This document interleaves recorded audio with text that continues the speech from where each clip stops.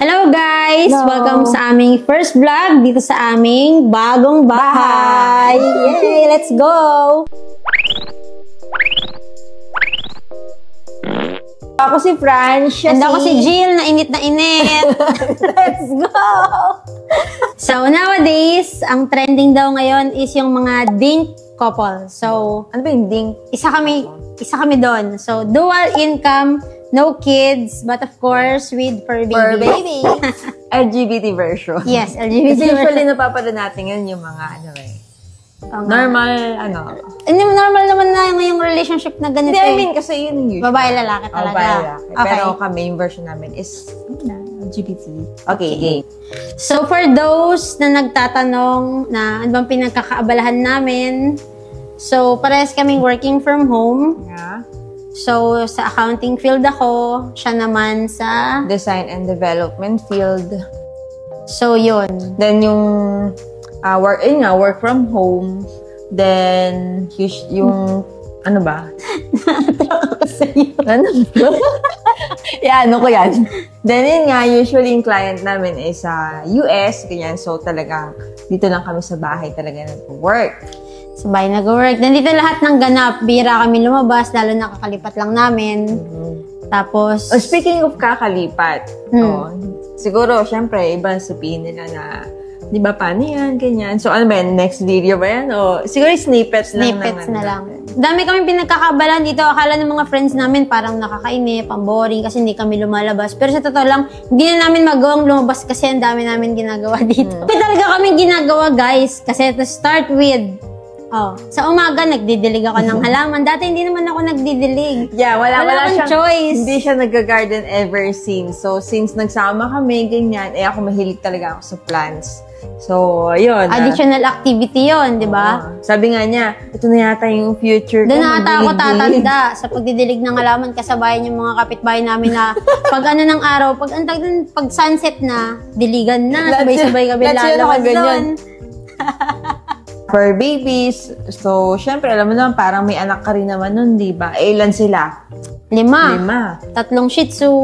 3 Shih Tzu, isang Pomeranian, and isang Labrador, which is yung Labrador namin is senior na, so kailangan. Senior, parami. Naghalaga talaga, guys, ng senior. Ilan taon na siya? 15, 16? 16 na this 16 year. na siya this year. So, yun, nag-video kami ngayon para as in actually, meron na kami mga videos before.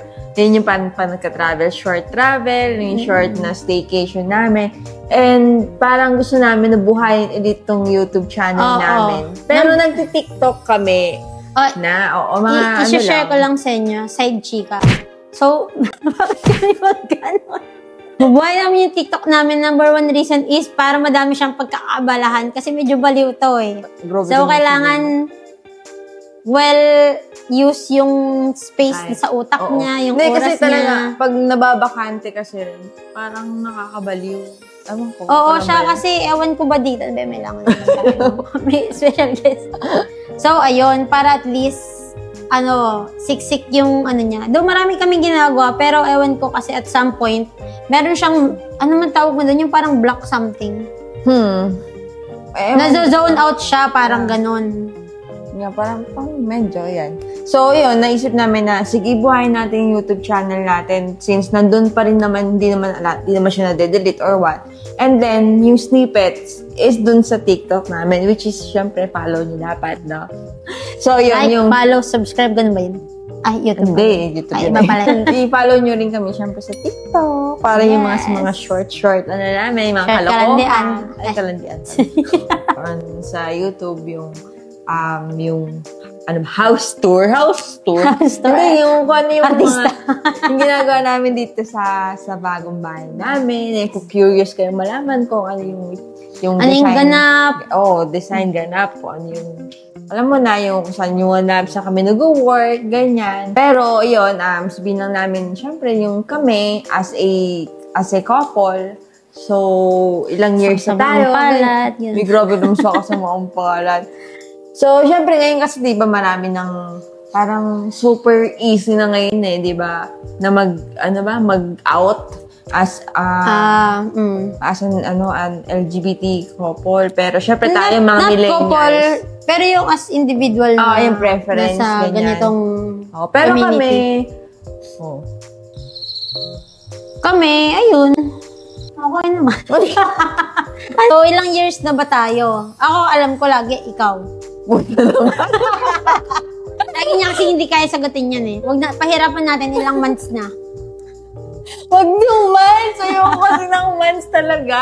Mag-times ka. 7 years.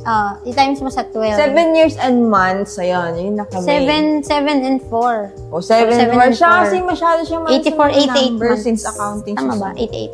Anyway, So, since 2017 kami, 2016.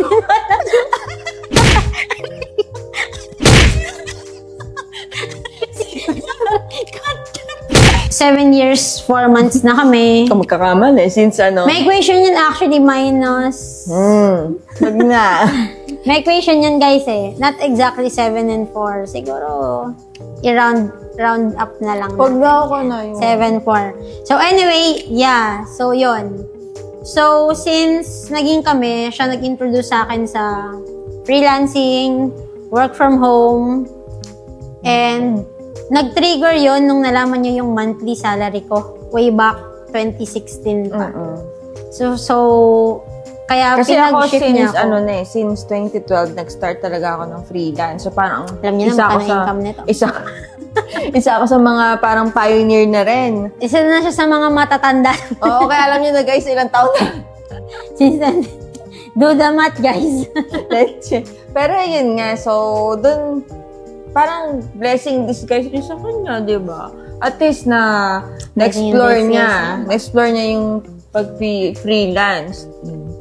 Ayan. Tapos, syempre, mas naging flexible yung oras niya. Mas marami siyang nagawa. Actually, hindi flexible. Hindi, I mean, sa ibang bagay rin. Parang pero kasi... Yung sa family niya, di ba? Mas nagkaroon siya ng time rin dahil nasa bahay na Hindi. Actually, guys, kabaligtaran ito ha. Pag mag-start kayo mag-freelance, yung eagerness niya ng pagsabay-sabayin multiple clients, ilan yung clients ko na nag-start ako, 3-4 pinagsabay-sabay ko.